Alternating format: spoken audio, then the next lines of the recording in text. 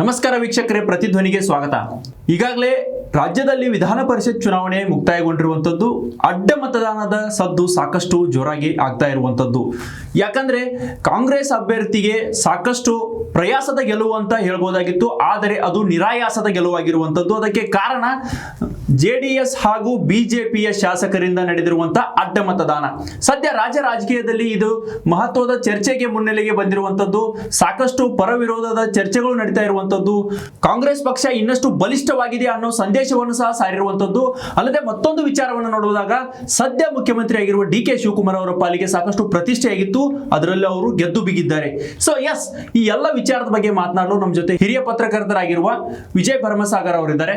Sir, ನಿಮಗೇನು ಅನ್ಸುತ್ತೆ sir, ಇದು ಈ ವಿಧಾನ ಪರಿಷತ್ ಚುನಾವಣೆ ವಿಚಾರದಲ್ಲಿ ಸಾಕಷ್ಟು ಅಡ್ಡ ಮತದಾನ ನಡೆದಿರುವಂಥದ್ದು? ಎಸ್, ನೀವು ಆಗಲೇ ಒಂದು ಮಾತು ಹೇಳಿದ್ರಿ. ಅಂದರೆ DK ಶಿವಕುಮಾರ್ ಅವರು ಯಾವಾಗ CM ಆದರು, CM ಆದ ತಕ್ಷಣ ಒಂದಷ್ಟು ಸವಾಲುಗಳು ಇರ್ತವೆ, ಆ ಸವಾಲನ್ನ ಹೇಗೆಲ್ಲ ಎದುರಿಸ್ತಾರೆ ಅನ್ನೋ ಒಂದು ಪ್ರಶ್ನೆ ಎಲ್ಲರಲ್ಲಿ ಇತ್ತು. ಎಲ್ಲರೂ ಕೂಡ ಇದೇ ಮಾತನ್ನು ಆಡ್ತಾ ಇದ್ರು. ಆದರೆ DK ಶಿವಕುಮಾರ್ ಅವರು ಮೊದಲಿಂದನೂ ಕೂಡ ಅವರು ಯಾವುದೇ ಸಮಸ್ಯೆ ಇದ್ದರೂ ಈಸಿಯಾಗಿ ಬಗೆಹರಿಸ್ತಾರೆ ಅನ್ನೋ ಮಾತುಗಳು ಕೂಡ ಕಾಂಗ್ರೆಸ್ ವಲಯದಲ್ಲಿ ಕೇಳಿಬರ್ತಾ ಇದೆ ಅಲ್ವಾ? ಸೊ ಈಗ ಅವರ CM ಆದ ತಕ್ಷಣ ಬಂದಂಥ ಮೊದಲ ಚುನಾವಣೆ ವಿಧಾನ ಪರಿಷತ್ ಚುನಾವಣೆ. ಸೊ ಇಲ್ಲಿ ಶತಾಯಗತಾಯ ಗೆಲ್ಲಬೇಕು, ಅದರ ಗೆದ್ದರೂ ಕೂಡ ಅಷ್ಟು ಸೀಟ್ಗಳನ್ನ ಗೆಲ್ತಾರೆ ಅನ್ನೋದು ಕೂಡ ಯಾರಿಗೂ ಗೊತ್ತಿರಲಿಲ್ಲ. 5-5 ಗೆಲ್ಲೋದಿದೆಯಲ್ಲ, ಅದು ತುಂಬ ದೊಡ್ಡ ಸವಾಲಿನ ಕೆಲಸ. ಆ ಸವಾಲು, ಮೊದಲನೇ ಸವಾಲನ್ನು ಅವರು ಗೆದ್ದಿದ್ರು. ಒಂದು ತುಂಬ ಸೂಕ್ಷ್ಮವಾಗಿ ಗಮನಿಸ್ಬೇಕಿಲ್ಲಿ, ಕಾಂಗ್ರೆಸ್ ಶಾಸಕರು ಅಷ್ಟೇ ಅಲ್ಲ, ಅದರ ಹೊರತಾಗಿ ಬೇರೆ ಪಕ್ಷದ ಒಂದಷ್ಟು ಶಾಸಕರು ಕೂಡ ಕಾಂಗ್ರೆಸ್ಗೆ ಸಪೋರ್ಟ್ ಮಾಡಿದ್ರು ಅನ್ನೋದಿದೆಯಲ್ಲ, ಅದು ಬಹಳ ವಿಶೇಷ. ಎಸ್, ಇಲ್ಲಿ ಮುಖ್ಯವಾಗಿ ಮಾತಾಡಬೇಕಾಗಿರೋದು ನಾವು GT ದೇವೇಗೌಡ ಅವರ ಬಗ್ಗೆ. ಯಾಕೆ GT ದೇವೇಗೌಡರು ಇಲ್ಲಿ ಮುಖ್ಯ ಆಕರ್ಷಣೆ ಆಗ್ತಾರೆ ಈಗ ವಿಧಾನ ಪರಿಷತ್ ಚುನಾವಣೆಯಲ್ಲಿ ಅಂದರೆ, ತುಂಬ ಹಿರಿಯ ಶಾಸಕರು, ಅನುಭವಿ ಶಾಸಕರು, ಅವರ ಕ್ಷೇತ್ರದಲ್ಲಿ ಅವರ ಸಮುದಾಯದಲ್ಲಿ ತುಂಬ ದೊಡ್ಡ ವ್ಯಕ್ತಿತ್ವನ ಹೊಂದಿರುವಂತಹ ಶಾಸಕರು. ಸೊ ಈ ಎಲ್ಲ ಹಿನ್ನೆಲೆಯಿಂದ ನೋಡಿದ್ರೆ GT ದೇವೇಗೌಡ ಅವ್ರನ್ನ ಎಲ್ಲೋ ಒಂದು ಕಡೆಗೆ JDS ಪಕ್ಷ ತುಂಬ ಕಡೆಗಣಿಸ್ತು ಅನ್ನೋ ಮಾತು. ಸೊ ಅವರೇ ಕೂಡ ಅಸಮಾಧಾನ ಕೂಡ ಹೊರ ಹಾಕಿದ್ರು. ಇದು ಕೂಡ ಕಾಂಗ್ರೆಸ್ಗೆ ವರವಾಯಿತು ಅನ್ನೋದು. ಸೊ ಏನು ಅಸಮಾಧಾನ ಸ್ಫೋಟ ಆಯಿತು, ಆ ಅಸಮಾಧಾನ ಈಗ ಕಾಂಗ್ರೆಸ್ಗೆ ವರವಾಗಿ ಪರಿಣಮಿಸ್ತು. ಸೊ ಇದನ್ನ ಎನ್ಕ್ಯಾಚ್ ಮಾಡಿಕೊಳ್ತು ಕಾಂಗ್ರೆಸ್ ಒಂದು. ಆದರೆ GT ದೇವೇಗೌಡ ಅವ್ರನ್ನ ಮನವೊಲಿಸುವಂಥ ಎಲ್ಲ ಪ್ರಯತ್ನವನ್ನ JDS ಮಾಡಬಹುದಿತ್ತು, ಅವಕಾಶಗಳಿದ್ದು ಸರ್. ಎಸ್, ಇತ್ತು, ಆದರೆ ಯಾವುದೂ ಕೂಡ ಆಗಲಿಲ್ಲ. ಈಗ ನೋಡಿ, ನಿಖಿಲ್ ಕುಮಾರಸ್ವಾಮಿ ಅವರು ಯುವ ಘಟಕದ ಅಧ್ಯಕ್ಷರು, ಮುಂಚೂಣಿಯಲ್ಲಿ ನಿಂತರು. ಸೊ ಅವ್ರನ್ನ ಗಣನೆಗೆ ತಗೋಬೋದಿತ್ತು. ಅಷ್ಟೇ ಅಲ್ಲ, ದೇವೇಗೌಡರು ಕರೆದು ಮಾತಾಡ್ಬೋದಿತ್ತು. ಕುಮಾರಸ್ವಾಮಿ ಅವರು ಕೂಡ ಎಲ್ಲೋ ಒಂದ್ ಕಡೆಗೆ ನನ್ನ ತುಂಬಾ ಕಡೆಗಣಿಸಿದ್ರು ಅನ್ನೋ ಮನಸ್ಸಿನಲ್ಲಿ ಆ ಭಾವನೆ ಅವರಲ್ಲಿ ಇತ್ತು ಖಂಡಿತ. ಹಾಗಾಗಿ GT ದೇವೇಗೌಡರನ್ನ ಒಂದು ಕಡೆಗೆ ಸೈಡ್ ಲೈನ್ ಮಾಡುವಂತ ಕೆಲಸ ಮಾಡಲಾಯಿತು. ಸೊ ಅವರು ಕೂಡ ಸೂಕ್ಷ್ಮವಾಗಿ ಅಲ್ಲಲ್ಲಿ ಮಾತಾಡ್ತಾ ಹೋದ್ರು. ಮೊನ್ನೆ ಒಂದು ಸಭೆ ಕೂಡ ಆಯ್ತು, ಆ ಸಭೆಯಲ್ಲಿ ಅವರು ಭಾವುಕರಾದ್ರು. ಸೊ ಒಂದ್ ಕಡೆ ಮಗು ನಿಂತ್ಕೊಂಡ್ರು, ಇನ್ನೊಂದು ಗೊತ್ತಿಲ್ಲ, ಒಟ್ಟು ಭಾವುಕರಾಗಿ ಇದ್ದದಂತೂ ನಿಜ. ಈ ಎಲ್ಲ ಲಕ್ಷಣಗಳನ್ನು ನೋಡ್ತಾ ಇದ್ರೆ ಎಲ್ಲೋ ಒಂದು ಕಡೆಗೆ JDS ಬೇರೆ ಹಾದಿ ಹಿಡಿಯುತ್ತಾ ಅನ್ನೋ ಸೂಚನೆ ಕೂಡ ಕಂಡು ಬಂತು. GT ದೇವೇಗೌಡರವರು ಮೊನ್ನೆ ಮತ ಹಾಕಬೇಕಾದ್ರೂ ಕೂಡ ಅಷ್ಟೇ ಒಬ್ಬಂಟಿಯಾಗಿ ಹೋದ್ರು. ಯಾವ ಶಾಸಕರ ಜೊತೆಗೆ ಕೂಡ ಅವ್ರು ಇರ್ಲಿಲ್ಲ, ಯಾವ ಶಾಸಕರು ಕೂಡ ಅವ್ರನ್ನ ಭೇಟಿ ಆಗ್ಲಿಲ್ಲ. ಆ ಸಂದರ್ಭದಲ್ಲೂ ಸನ್ನಿವೇಶಗಳು ಕ್ರಿಯೇಟ್ ಆದವು ಸರ್ ಅವಾಗ. ಯಾಕಂದ್ರೆ GT ದೇವೇಗೌಡರು ಅಡ್ಡ ಮತದಾನ ಮಾಡಿದ್ದಾರೆ ಅನ್ನೋ ಸುದ್ದಿ ಯಾವಾಗ ಹರಡಿತಲ್ಲ, ಆ ಸಂದರ್ಭದಲ್ಲಿ ದೇವನಹಳ್ಳಿ ರೆಸಾರ್ಟ್ ಅಲ್ಲಿ JDS ಶಾಸಕರು ತಂಗಿದ್ರು. ಸೊ ಅವರು 9:00 ಆಸ್ ಯೂಶುವಲ್ ಪ್ಲಾನ್ ಮಾಡ್ಕೊಂಡಿದ್ರು ಅಲ್ಲಿಂದ ಹೊರಡ್ಬೇಕಂತ. ಬಟ್ ದೇವೇಗೌಡರ ಸುದ್ದಿ ಯಾವಾಗ ಬಂತಲ್ಲ, ಆ ಸಂದರ್ಭದಲ್ಲಿ ಅವರು ಸ್ವಲ್ಪ ಡಿಲೇ ಮಾಡಿದ್ರು ಅಲ್ಲಿಂದ ಹೊರಡ್ಬೇಕಾದ್ರೆ. ಅದಾದ ನಂತರ ನೆಕ್ಸ್ಟ್ ಮತ್ತೆ BJP ಅವರು ಇಬ್ರು ಕ್ರಾಸ್ ವೋಟಿಂಗ್ ಮಾಡಿದ್ರು ಅಂತ ಮತ್ತೊಂದು ಸುದ್ದಿ ಬಂತು. ಸೊ ಅದಾದ ನಂತರ ಮತ್ತೆ 1 ಗಂಟೆ ಲೇಟ್ ಮಾಡಿದ್ರು. ಸೊ ಇದನ್ನೆಲ್ಲ ನೋಡಿದಾಗ ಗೊತ್ತಾಗುತ್ತೆ JDS ಪಕ್ಷದಲ್ಲಿ ದೇವೇಗೌಡರು ಅಲ್ಲೊಂದ್ ಕಡೆ ಸೈಡ್ಲೈನ್ ಆಗಿದ್ದಾರಾ ಅಥವಾ ಅವರೇ ದೂರ ಸರಿತಾ ಇದ್ದಾರಾ ಅನ್ನೋ ಪ್ರಶ್ನೆ ಮೂಡ್ತಾ ಇರುವಂಥದ್ದು. ಇನ್ಫ್ಯಾಕ್ಟ್ ಈ ವಿಚಾರದಲ್ಲಿ ನೋಡ್ಬೇಕಾದ್ರೆ ದೇವೇಗೌಡರು 2023ರಲ್ಲಿ JDS ಅಭ್ಯರ್ಥಿಯಾಗಿ ಚಾಮುಂಡೇಶ್ವರಿ ಕ್ಷೇತ್ರದಿಂದ ಆಯ್ಕೆಯಾಗಿದ್ದಾರೆ. ಸೊ ಕಾಲಾನುಕ್ರಮೇಣದಲ್ಲಿ ಕುಮಾರಸ್ವಾಮಿ ಅವರು ಮೈಸೂರಿನಲ್ಲಿ ಒಂದು ಸಭೆ ಮಾಡ್ತಾರೆ. ಆ ಸಭೆಯಲ್ಲಿ GT ದೇವೇಗೌಡರನ್ನ ಆಹ್ವಾನ ಮಾಡಲ್ಲ, ಜೊತೆಗೆ ಅವರು ಪಕ್ಷದಿಂದ ದೂರ ಉಳಿದಿದ್ದಾರೆ ಅನ್ನೋ ಒಂದು ಘೋಷಣೆ ಮಾಡೋ ಲೆಕ್ಕಾಚಾರದಲ್ಲಿ ಅವರು ಒಂದು ಹೇಳಿಕೆಗಳನ್ನ ಕೊಡ್ತಾರೆ. ಜೊತೆಗೆ ಇವತ್ತಿನ ಸ್ಟೇಟ್ಮೆಂಟ್ ಅನ್ನು ನೋಡಿದಾಗ ಸರ್ ನಮ್ಗೆ ಅರ್ಥ ಆಗುತ್ತೆ, ಕುಮಾರಸ್ವಾಮಿ ಅವರು ದೇವೇಗೌಡರ ಮೇಲೆ ಯಾವುದೇ ನಿರೀಕ್ಷೆಯನ್ನ ಇಟ್ಕೊಂಡಿದ್ದಿಲ್ಲ, GT ದೇವೇಗೌಡರ ಮೇಲೆ ಯಾವುದೇ ಒಂದು ಹೋಪ್ಸ್ ಇಟ್ಟಂಗೆ ಕಾಣ್ತಾ ಇಲ್ಲ.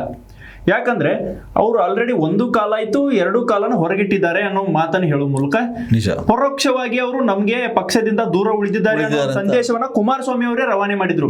ಸೊ ಇದು JDS ಪಕ್ಷದಲ್ಲಿ ಎಲ್ಲವೂ ಸರಿ ಇಲ್ಲ ಅನ್ನೋ ಒಂದು ಸಂದೇಶವನ್ನ ರವಾನೆ ಮಾಡಿದಂಗಾಗುತ್ತೆ. ನಿಜ, ಹೌದು. ಸೊ ಈ ಹಿನ್ನೆಲೆಯಲ್ಲಿ ದೇವೇಗೌಡರು ಕೂಡ ಯೋಚನೆ ಮಾಡ್ತಾ ಇದ್ರು.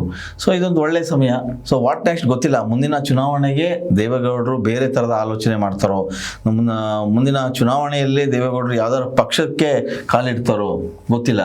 ಈ ಪಕ್ಷದ ವಿಚಾರ ಅಂದ್ರಲ್ಲ ಸರ್, ನೀವು ಇದೇ ಈಗ ಮಾಜಿ ಪ್ರಧಾನಿಗಳು ಜೊತೆಗೆ JDS ರಾಷ್ಟ್ರೀಯ ಅಧ್ಯಕ್ಷರು HD ದೇವೇಗೌಡರು ಅವರ ಬರ್ತ್ಡೇ ಟೈಮಲ್ಲಿ ಜನ್ಮದಿನಕ್ಕೆ ಶುಭ ಕೋರಲು ದೇವೇಗೌಡರು GT ದೇವೇಗೌಡರು ಅವ್ರ ಮನೆಗೆ ಹೋಗಿದ್ರು. ಮನೆಗೆ ಹೋಗಿ ಶುಭಾಶಯ ತಿಳಿಸಿ ಎಲ್ಲ ಮಾತಾಡಿದ್ರು. ಆ ಸಂದರ್ಭದಲ್ಲೂ ಸಹ ಹೇಳಿದ್ರು JDS ಬಿಟ್ಟು ಹೋಗೋದಿಲ್ಲ ಅನ್ನೋ ಮಾತುಗಳನ್ನು ಹೇಳಿದ್ರು. ಅಲ್ಲದೆ ಅಂದ್ರೆ ದೇವೇಗೌಡರು ನಮ್ಮ ಹಿರಿಯ ನಾಯಕರು ಅವರಿಗೆ ಶುಭ ಕೋರಲು ಬಂದಿದ್ದೇನೆ ಅನ್ನೋ ಹೇಳಿಕೆಗಳನ್ನು ನೀಡಿದ್ರು. ಅಂದ್ರೆ ಈಗೇನು ಈ ಚುನಾವಣೆ ಆಯ್ತಲ್ಲ ಸರ್, ವಿಧಾನ ಪರಿಷತ್ ಚುನಾವಣೆ, ಇದಕ್ಕಿಂತ ಕೆಲವೇ 2-3 ದಿನದ ಮೊದಲೇ HD ರೇವಣ್ಣ ಅವರನ್ನು ಸಹ ಭೇಟಿಯಾಗಿದ್ರು ದೇವೇಗೌಡರು, GT ದೇವೇಗೌಡರು. ಆ ಸಂದರ್ಭದಲ್ಲಿ ರೇವಣ್ಣ ಅತ್ಯಂತ ಆತ್ಮವಿಶ್ವಾಸದಿಂದ ಹೇಳಿದ್ರು GT ದೇವೇಗೌಡರು JDS ಬಿಟ್ಟು ಹೋಗಲ್ಲ, JDS ಅಲ್ಲಿ ನಮ್ಮಲ್ಲೇ ಇರ್ತಾರೆ ಅನ್ನೋ ಒಂದು ಆಶಾಭಾವನೆ ಒಂದು ವ್ಯಕ್ತಪಡಿಸಿದ್ರು.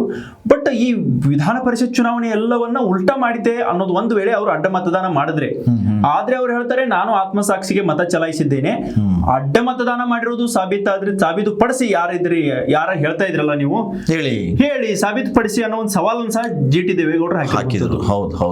ಈ ಎಲ್ಲ ಬೆಳವಣಿಗೆಗಳನ್ನು ನೋಡ್ತಾ ಇದ್ರೆ ಎಲ್ಲ ಒಂದ್ ಕಡೆಗೆ ಅನ್ಸುತ್ತೆ ದೇವೇಗೌಡರಿಗೆ ಮನಸ್ಸಿಗೆ ತುಂಬಾ ನೋವಾಗಿದೆ. JDS ಪಕ್ಷದಿಂದ ಅವ್ರಿಗೆ ಏನೋ ಒಂದ್ ಸ್ವಲ್ಪ ಅವಮಾನ ಆಗಿದೆ.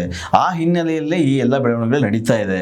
ಸೊ ಮುಂದಿನ ದಿನಗಳಲ್ಲಿ DKಶಿ ಅವರು ಏನಾದ್ರು ಸಪೋರ್ಟಿವ್ ಆಗಿ ನಿಂತ್ರೆ ಸರ್, ಈ ವಿಚಾರದಲ್ಲಿ ಹೇಳ್ಬೇಕಂದ್ರೆ ಈಗ ಸದ್ಯದ ಅಂದ್ರೆ ಅಂತ್ಯಕ್ಕಂತೆ ಊಹಾಪೋಹ ಅಂತಾನೆ ಹೇಳ್ಬೋದು. ಬಟ್ ಅದನ್ನ ಅಕ್ಸೆಪ್ಟ್ ಮಾಡ್ಲೇಬೇಕಾದ ಸನ್ನಿವೇಶ ಇದೀಗ ರಾಜ್ಯ ರಾಜಕೀಯದಲ್ಲಿ ನಿರ್ಮಾಣವಾಗಿರುವಂತದ್ದು. ಏನಂತ ಅಂದ್ರೆ, ಯಾರು ಈಗ ಕಾಂಗ್ರೆಸ್ ಪಕ್ಷಕ್ಕೆ ಕ್ರಾಸ್ ವೋಟಿಂಗ್ ಮಾಡಿದರೋ, ಅಡ್ಡ ಮತದಾನ ಮಾಡಿದರೋ, ಮುಂದಿನ ಚುನಾವಣೆಯಲ್ಲಿ ಅವರಿಗೆ ಕಾಂಗ್ರೆಸ್ ಟಿಕೆಟ್ ಸಿಕ್ಕರೂ ಅಚ್ಚರಿ ಪಡ್ಬೇಕಿಲ್ಲ. ಕರೆಕ್ಟ್. ಯಾಕಂದ್ರೆ DK ಶಿವಕುಮಾರ್ ಅವರು ಏನಾದ್ರೂ ಅವ್ರು ಪ್ಲಾನ್ ಮಾಡ್ಬೋದು, ಮಾಸ್ಟರ್ ಸ್ಟ್ರೋಕ್ ಮಾಡ್ಬೋದು, ಮಾಸ್ಟರ್ ಪ್ಲಾನ್ ಮಾಡ್ಬೋದು, ಏನಾದ್ರೂ ಮಾಡ್ಬೋದು. ಯಾಕಂದ್ರೆ ರಾಜಕೀಯದಲ್ಲಿ ಅವರು ನುರಿತಂತವ್ರು, ಇಂಥ ರಣತಂತ್ರಗಳಲ್ಲಿ ಅವರು ಚಾಣಕ್ಯರು, ನಿಸ್ಸೀಮರು. ಸೊ ಹೀಗಾಗಿ ರಾಜಕೀಯದಲ್ಲಿ ಯಾವ ಸಂದರ್ಭದಲ್ಲಿ ಏನಾದ್ರೂ ನಡಿಬಹುದು. ಸೊ ಅದೇ ಅಡ್ಡ ಮತದಾನದ ಅದೇ ಒಂದು ಉದಾಹರಣೆ. ಹೌದು. ಈಗ ಅವರಂತಾನೆ ಈಗ GT ದೇವೇಗೌಡರು ಹಿರಿಯರು, ಅವರಿಗೆ ಹಾಗಾಗಿದೆ ಅಂತಂದ್ರೆ ಅಲ್ಲಿ ಇರ್ತಕ್ಕಂಥ ಬೇರೆಯವರಿಗೆಲ್ಲ ಏನೆಲ್ಲ ಸಮಸ್ಯೆಗಳಾಗಿದೆ ಗೊತ್ತಿಲ್ಲ, ಯಾರು ಕೂಡ ಮನಬಿಚ್ಚಿ ಮಾತಾಡಕ್ ಆಗ್ತಾ ಇಲ್ಲ. JDS ಪಕ್ಷದ ವಿಚಾರದಲ್ಲಿ ನೋಡ್ಬೇಕಾದ್ರೆ ಅಲ್ಲಿ ಸ್ವಲ್ಪ ನಾಯಕತ್ವದ ಕೊರತೆ ಇದ್ದೇ ಇದೆ. ಹೌದು. ಯಾವಾಗ ಕುಮಾರಸ್ವಾಮಿ ಅವರು 24ರಲ್ಲಿ ಕೇಂದ್ರಕ್ಕೆ ಹೋದ್ರಲ್ಲ ಸರ್, ಸಂಸದರಾಗಿ, ಮಂಡ್ಯ ಸಂಸದರಾಗಿ ಆಯ್ಕೆ ಆದ್ರಲ್ಲ, ಅದಾದ ನಂತರ JDS ಪಕ್ಷದಲ್ಲಿ ಒಂದ್ ಸ್ವಲ್ಪ ಕಾರ್ಯಕರ್ತರಲ್ಲೂ ಒಂದ್ ಸ್ವಲ್ಪ ಬೇಸರ ಭಾವನೆ ಇತ್ತು. ನಮ್ಮ ನಾಯಕರು ದೆಹಲಿಗೆ ಹೋದ್ರು, ಇನ್ನು ನಮ್ಮಲ್ಲಿ ಕೇಳೋರು ಯಾರು, ನಮ್ಮ ಸಂಕಟಗಳಿಗೆ, ನೋವು ನಲಿವುಗಳಿಗೆ, ಪಕ್ಷ ಸಂಘಟನೆಗೆ ಯಾರು ಹೆಚ್ಚು ಒತ್ತು ಕೊಡೋರು ಅನ್ನೋ ಮಾತುಗಳಿತ್ತು. ಆ ಕಾರ್ಯಕರ್ತರಲ್ಲಿ ಆ ಬೇಸರವೂ ಇತ್ತು. ಸೊ ಇದೀಗ ಅದು ಈಗ ವಿಧಾನ ಪರಿಷತ್ ಚುನಾವಣೆ ಫಲಿತಾಂಶದ ಮೇಲೆ ಎಫೆಕ್ಟ್ ಬಿತ್ತ ಅನ್ನೋ ಚರ್ಚೆಗಳು ಸಹ ಪ್ರಾರಂಭವಾಗಿರುವಂತದ್ದು. 100% ನೀವು ಹೇಳಿದ್ದು ಸತ್ಯ. ಆದ್ರೆ ಎಲ್ಲೋ ಒಂದ್ ಕಡೆಗೆ ಒಂದಿಷ್ಟು ಈ ವಿಚಾರಗಳು ತುಂಬಾ ಸೂಕ್ಷ್ಮ ವಿಚಾರ.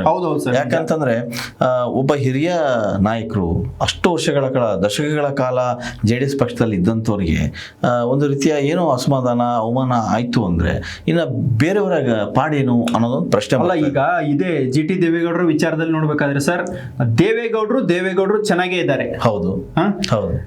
HD ದೇವೇಗೌಡರು, GT ದೇವೇಗೌಡರು ಚೆನ್ನಾಗೇ ಇದ್ದಾರೆ ಅನ್ನೋ ಮೇಲ್ನೋಟಕ್ಕೆ ಅರ್ಥ ಆಗುತ್ತೆ. ಆದ್ರೆ ಕುಮಾರಸ್ವಾಮಿ ಅವರು ಯಾಕೋ ಅವ್ರ ಮೇಲೆ ಮುನಿಸ್ಕೊಂಡಿದ್ದಾರೋ, ಆಕ್ರೋಶಗೊಂಡಿದ್ದಾರೋ ಗೊತ್ತಿಲ್ಲ. ಬಟ್ ಅವ್ರ ಹೆಸರು ಎತ್ತಿದ ತಕ್ಷಣ ಯಾಕೋ ಒಂದ್ಸರ ಪತ್ರಿಕಾಗೋಷ್ಠಿಯಲ್ಲೂ ಕೂಡ ಇವತ್ತು ಅದೇ ಹೇಳಿದ್ರು, ಅವ್ರ ಹೆಸರು ಸಮಾಧಾನಗೊಂಡ್ರು. ಸೊ ಇದನ್ನ ನೋಡಿದಾಗ ಅರ್ಥ ಆಗುತ್ತೆ, ಮೋಸ್ಟ್ಲಿ ನೆಕ್ಸ್ಟ್ ಚಾಮುಂಡೇಶ್ವರಿ ಟಿಕೆಟ್ ಕೈ ತಪ್ಪೋ ಚಾನ್ಸಸ್ ಸಹ ಇಲ್ಲಿ ನಾವು ಅಲ್ಲಗಳಿವಂತಿಲ್ಲ ಸರ್. GT ದೇವೇಗೌಡರಿಗೆ ಕೈ ತಪ್ಪೋದು, ಆದ್ರೆ ಕ್ಷೇತ್ರಕ್ಕೆ ತಪ್ಪಲ್ಲ. ಯಾಕೆ ಅಂತಂದ್ರೆ ತುಂಬಾ ಆ ಕ್ಷೇತ್ರನ ತುಂಬಾ ಬಿಗಿ ಹಿಡಿದುಕೊಂಡಿದ್ದಾರೆ. ಯಾಕಂದ್ರೆ ಆ ಮನುಷ್ಯನ ಮೆರೆಸಿದ್ದಾರೆ ಅಲ್ಲಿನ ಜನರು, ಕಾರ್ಯಕರ್ತರು ಕೈ ಬಿಟ್ಟಿಲ್ಲ. ಆಮೇಲೆ ಸಮುದಾಯ ತುಂಬಾ ಪ್ರಬಲವಾದಂತ ನಾಯಕರು, ಇವೆಲ್ಲದನ್ನು ಪರಿಗಣನೆಗೆ ತಗೊಂಡು ಅವ್ರನ್ನ ಗೆಲ್ಸಿದ್ರು. ನೀವು ಹಾಗೆ ನೋಡೋದಾದ್ರೆ ಸಿದ್ದರಾಮಯ್ಯ ವಿರುದ್ಧ ಗೆದ್ದಂತ ಉದಾಹರಣೆ ಇದೆ. ಅದೇ ಅವರು JDS ಪಕ್ಷದಲ್ಲಿ ಒಬ್ಬ ಹಿರಿಯ ನಾಯಕರು ಅಂದ್ರೆ ಹೇಳ್ಬೋದು ನಾವು. ಹೌದು. ಹಾಗಾಗಿ ನೀವು ಹೇಳಿದ್ರಾಗ್ಲಿ ಟಿಕೆಟ್ ತಪ್ಪೋದು, ಆದ್ರೆ ಆ ಕ್ಷೇತ್ರ ಅವ್ರ ಕೈಲಿ ತಪ್ಪಲ್ಲ. ಅವ್ರು ಯಾವುದೇ ಇಂಡಿಪೆಂಡೆಂಟ್ ಆಗಿ ನಿಂತರೂ ಕೂಡ ಗೆಲ್ಲುವಂತ ಸಾಮರ್ಥ್ಯ ಇಂಡಿಪೆಂಡೆಂಟ್ ಅನ್ನೋಕ್ಕಿಂತ ಸರ್ ಕಾಂಗ್ರೆಸ್ಗೆ ಎಲ್ಲ ಒಂದ್ ಕಡೆ ಆಫರ್ ನಾನು ಹೇಳಿದ್ದು ನಾನು ಯಾಕೆ ಅಲ್ಲ ಮಾಡ್ಬೋದಲ್ಲ. ಖಂಡಿತ ಯಾಕೆ ಹೇಳ್ತೀನಿ ಅಂದ್ರಲ್ಲ, ಇವತ್ತಿನ ನೆನ್ನೆಯ ಬೆಳವಣಿಗೆ ಒಂದು ಗಮನಿಸಿದ್ರೆ ಅಡ್ಡ ಮತದಾನ ಅದು ಓಕೆ ಎಲ್ಲ ಆಯ್ತು ಅಂತ ಅನ್ಕೊಂಡ್ರು ಮುಂದಿನ ದಿನಗಳಲ್ಲಿ ಅವರಿಗೆ ಆ ಪಕ್ಷದಿಂದ ಅಂತೂ ಸಿಗುತ್ತೆ. ಒಂದು ವೇಳೆ ಇಲ್ಲ ನಾನು ಎಲ್ಲೂ ಯಾವ ಪಕ್ಷಕ್ಕೂ ಬರಲ್ಲ, ನಾನು ಪಕ್ಷೇತರವಾಗಿ ನಾನು ಇಂತೇನೋ ಮಾಡ್ತೀನಿ ಅಂತಂದ್ರು ಕೂಡ ಆ ಕ್ಷೇತ್ರದ ಜನ ಅಲ್ಲ. ಇದು ಅಡ್ಡ ಮತದಾನದ ವಿಚಾರ ನೋಡಿದಾಗ ಸರ್ ಇಲ್ಲಿ ಡಿ ಕೆ ಶಿವಕುಮಾರ್ ಅವರು ಅಂದ್ರೆ ನಮ್ಗೆ ಸ್ವಲ್ಪ ಕೈ ಹಿಡಿದಿದ್ದಾರೆ, ನಾವು ಅವ್ರ ಜೊತೆಗೆ ದಾರಿ ತೋರ್ತೀವಿ ಅನ್ನೋ ಮಾತುಗಳನ್ನ ಹೇಳಿದ್ದಾರೆ. ನೀವು ನಿನ್ನೇನು ನೋಡಿದ್ರಿ ಅವರು ಪರಿಷತ್ ಚುನಾವಣೆ ದಾರಿ ಇಲ್ದವ್ರಿಗೆ ದಾರಿ ತೋರಿಸ್ತೀವಿ ಅಂತ ಹೇಳಿದ್ರು.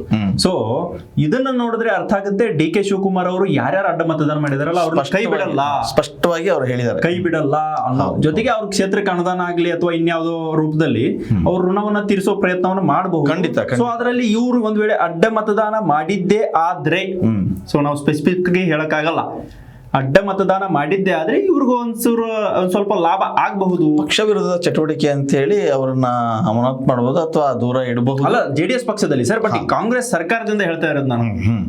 ಕಾಂಗ್ರೆಸ್ ಸರ್ಕಾರದಿಂದ ಇಲ್ಲ, ನೀವು ಹೇಳೋದಂಗೆ ಅವ್ರಿಗೆ ತುಂಬಾ ಅವಕಾಶಗಳಿವೆ, ವಿಪುಲ ಅವಕಾಶಗಳು ಅವ್ರಿಗೆ ಇದೆ. ಮುಂದಿನ ದಿನಗಳಲ್ಲಿ ಏನಾಗುತ್ತೆ ಅನ್ನೋದನ್ನ ನಾವು ಕಾದ್ ನೋಡ್ಬೇಕಷ್ಟೇ. ನಿಜ ಸರ್. ನೋಡಿದ್ರಲ್ಲ ವೀಕ್ಷಕರೇ, ಇದೀಗ ಅಂದ್ರೆ ಕಾಂಗ್ರೆಸ್ ಪಕ್ಷದಲ್ಲಿ ಇದೀಗ ಸರ್ಕಾರ ಅಸ್ತಿತ್ವದಲ್ಲಿರುವಂತದ್ದು ಎರಡನೇ ಇನ್ನಿಂಗ್ಸ್ ಪ್ರಾರಂಭವಾಗಿದೆ. ಡಿ ಕೆ ಶಿವಕುಮಾರ್ ಅವರು ಮುಖ್ಯಮಂತ್ರಿ ಆಗಿದ್ದಾರೆ. ಮುಖ್ಯಮಂತ್ರಿಯಾದ ಬಳಿಕ ಮೊದಲ ಚುನಾವಣೆ ಅಂದ್ರೆ ಅದೊಂದು ಅಗ್ನಿ ಪರೀಕ್ಷೆ ಅವ್ರ ಪಾಲಿಗೆ, ಅದರಲ್ಲಿ ಅವರು ಗೆದ್ದು ಬಿಗಿರುವಂತದ್ದು. ಸೊ ಇದನ್ನೆಲ್ಲ ನೋಡಿದಾಗ ಅರ್ಥ ಆಗುತ್ತೆ ಡಿ ಕೆ ಶಿವಕುಮಾರ್ ಅವರು ಹೈಕಮಾಂಡ್ ಮಟ್ಟದಲ್ಲಿ ಜೊತೆಗೆ ರಾಜ್ಯ ರಾಜಕಾರಣದಲ್ಲೂ ಸಹ ಎಲ್ಲ ಒಂದ್ ಕಡೆ ಪವರ್ಫುಲ್ ಆಗಿ ಹೊರಹೊಮ್ಮಿದ್ರು ಅನ್ನೋದು ಇಲ್ಲಿ ಸ್ಪಷ್ಟವಾಗಿ ಅರ್ಥವಾಗುತ್ತೆ.